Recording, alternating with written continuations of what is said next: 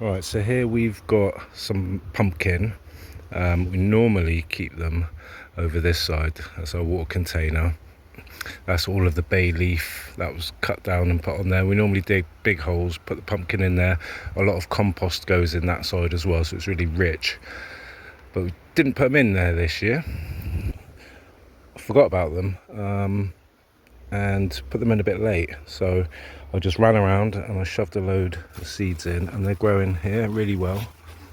The only issue is they normally grow off and then they will root in again. Obviously there's nowhere for them to root in, so what I think I'm going to do is just transfer the pots over to this side, and then they can trail, and then they've got a little bit more space and they're not going to get damaged there.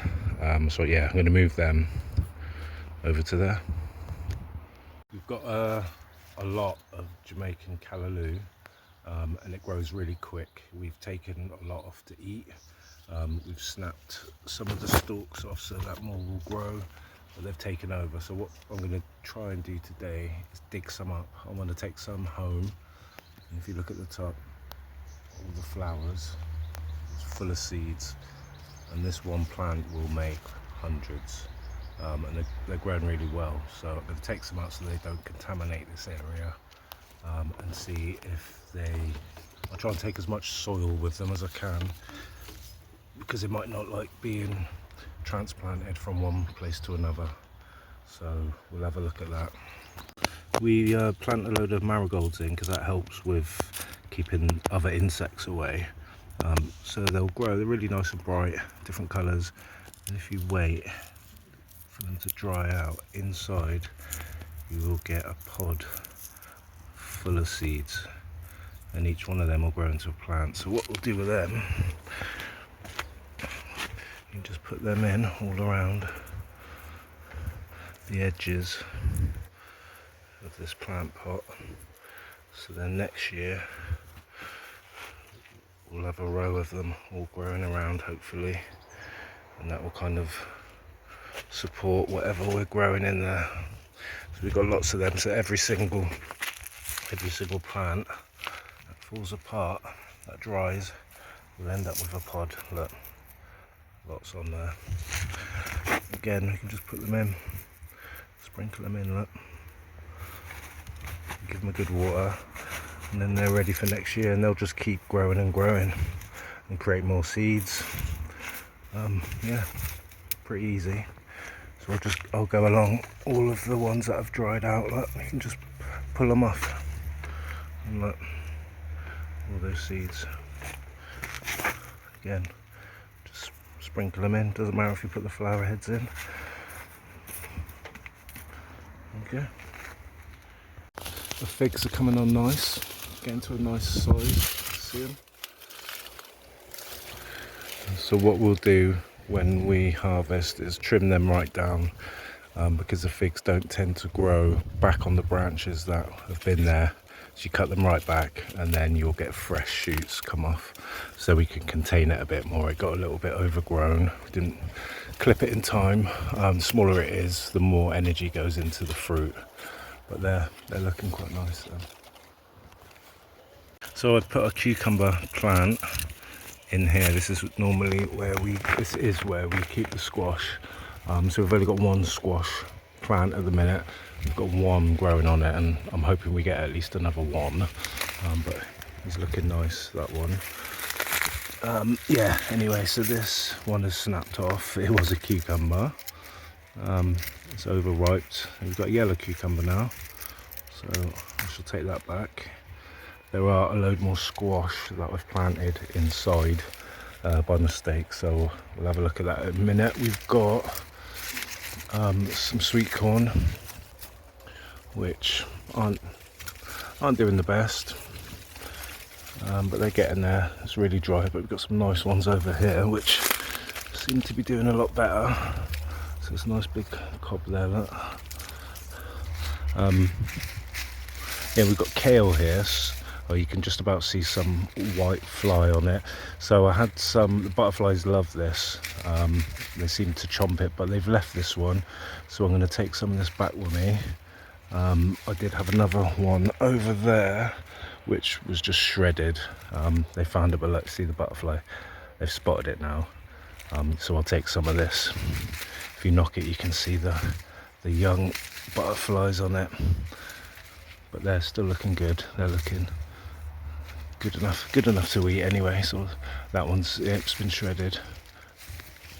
I've got the Jerusalem artichoke, which is taller than me now. That will die right back, and then you basically get in all the bulbs underneath the ground, and that's the bits you eat. So we'll wait for all of this to die back. Once this all kind of dies back, we'll know all the energy's going into the artichokes, but you can kind of take that a little bit at a time. That'll be after summer. We'll see what happens this year with all the heat. Grapes are looking really good. Last year they weren't as good. They need a good water, but hopefully they'll fatten up a bit. But they've got seeds in them, so they're not the best to eat, but you can make really nice wine out of them. So it needs a good cut back, good trim to put all the energy into the fruit. But we've got lots hanging here, look, big bunches.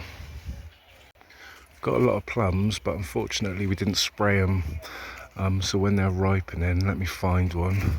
See, as they're turning, they've been infested. They've had eggs laid into them. So this year we're not going to have any plums to eat.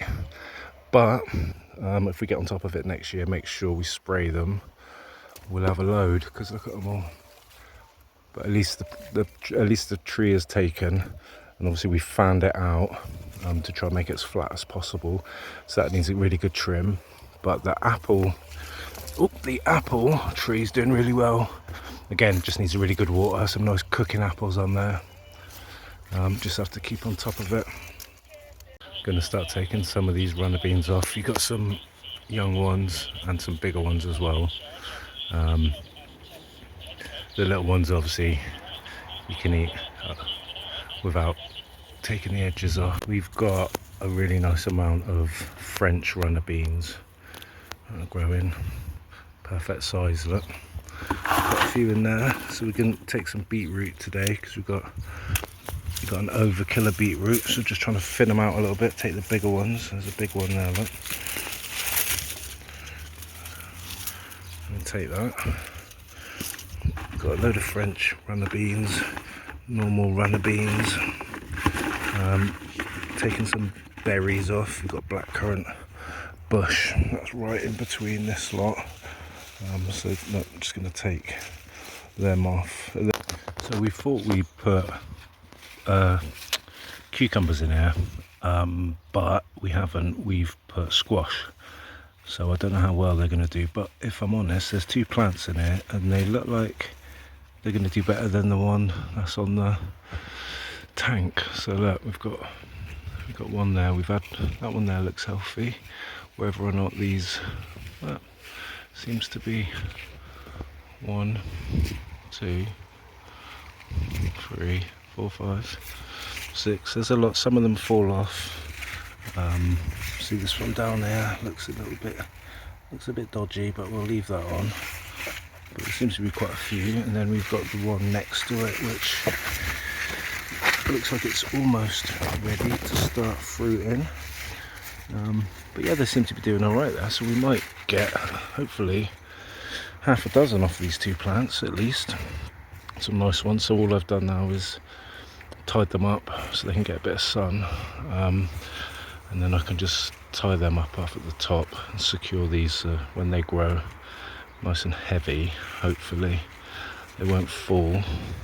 But yeah, so I'm happy with that.